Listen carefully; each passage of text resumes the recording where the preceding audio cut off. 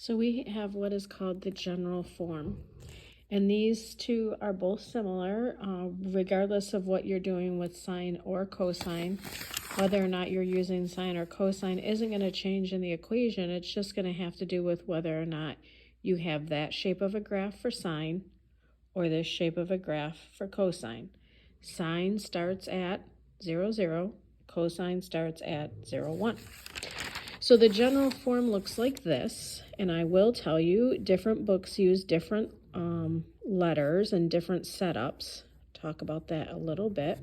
But it's A times the sine of B times the quantity x minus c plus d. And then if you're dealing with cosine, it's all exactly the same except for you have the cosine function in there. Now, some books will use lowercase a, b, c, and d, but a, b, c, and d are usually the letters that are used. Some books will also put b inside the parentheses next to x. For the way that we're going to learn how to graph these, it is important that b is factored out of the parentheses. And then some books also will put d up here in the front, so they have d plus a instead of back here. And the reason why is because they don't want you to get this confused between is the variable d part of the parentheses or not part of the parentheses. So that's why they do that. But so a couple of things here. A lot of the things that we've dealt with before with transformations are the same. Here you're adding something outside of the function. Here you're subtracting something inside of the function. When you add or subtract outside of the function, it's not part of the cosine, it's outside of the parentheses, you're moving up or down. Here you're adding or subtracting and it's part of the cosine because we're taking the cosine of b times the quantity x minus c. So this is part or inside of the cosine or inside of the sine function. So you're adding or subtracting inside, that's going to move the graph left or right. Same thing as what we've been doing, okay? Couple of the things are the same way, but we're going to handle them a little bit differently. Out here, multiplying out in front, when we multiply by a negative, it's still going to be a reflection. This is also still going to stretch the graph vertically or compress the graph vertically. B is something we have not dealt with before. This is going to stretch or compress the graph horizontally. But we're going to look at each of these letters a little bit differently, but they're still causing the graph to do the same things. First of all, letter A. Letter A here stands for the amplitude.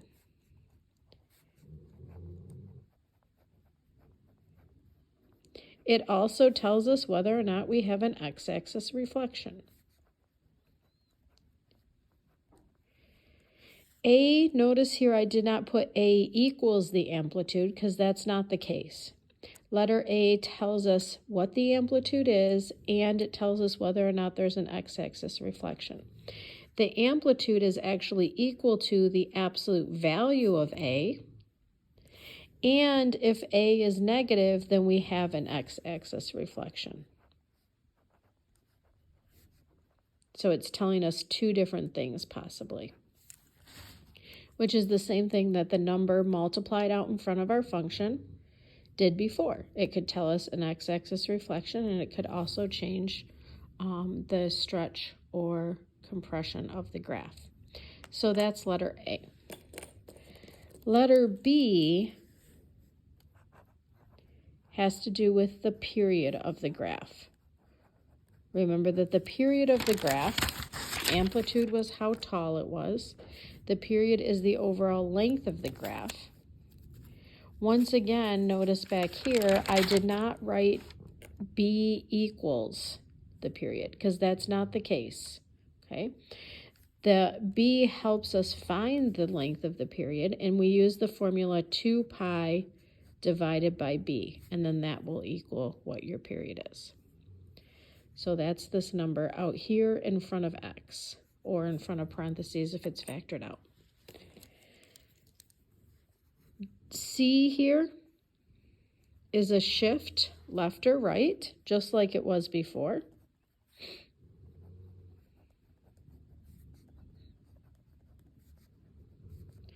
same as what it's been before. If you have a negative C, then it moves right C units. And if you have a plus C, then it moves left C units, just like what it did before. And then finally, the last is letter D. And once again, D shifts up or down. And actually with this, as I said before, what's actually shifting up or down is this midline. So over here, I'm going to write midline. And once again, if we have adding outside, it's going to move up D units. And if it's minus, we're going to go down D units. Now we're going to focus on the shifts left and right the next time we have class. But today in your homework, the only thing we're going to work with is the amplitude and the period, because those ones are a little bit different than what we've dealt with before.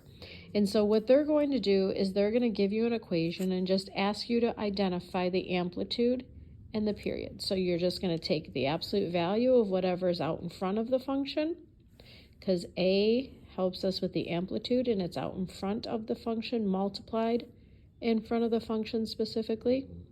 You're going to take the absolute value of that. That'll tell you the amplitude. And then they also are going to ask you to calculate the period. So you're going to take the number that's in front of x and do 2 pi divided by b. So I have a couple of examples for you. The instructions say state the amplitude and the period, and then here's your first example. So remember that A is going to be in front of cosine and B is going to be in front of x. So in this case, A equals 2. So the amplitude, remember, is the absolute value of A. The absolute value of 2 is 2. So the amplitude then is 2. B here is the number in front of x, which is 1. And the formula for the period is 2 pi divided by b. So we're going to do 2 pi divided by 1, which is 2 pi, which makes sense. This hasn't changed at all. So the length of the graph is not going to change because there was always just a plain old x back here. When you look at our parent functions, there's just a plain old x there. And the overall length of the graph was 2 pi. The number in front of cosine being multiplied is a 1, which is why the amplitude is 1. But in this example, notice the number was multiplied by 2, which is why the amplitude is 2. So here's another one.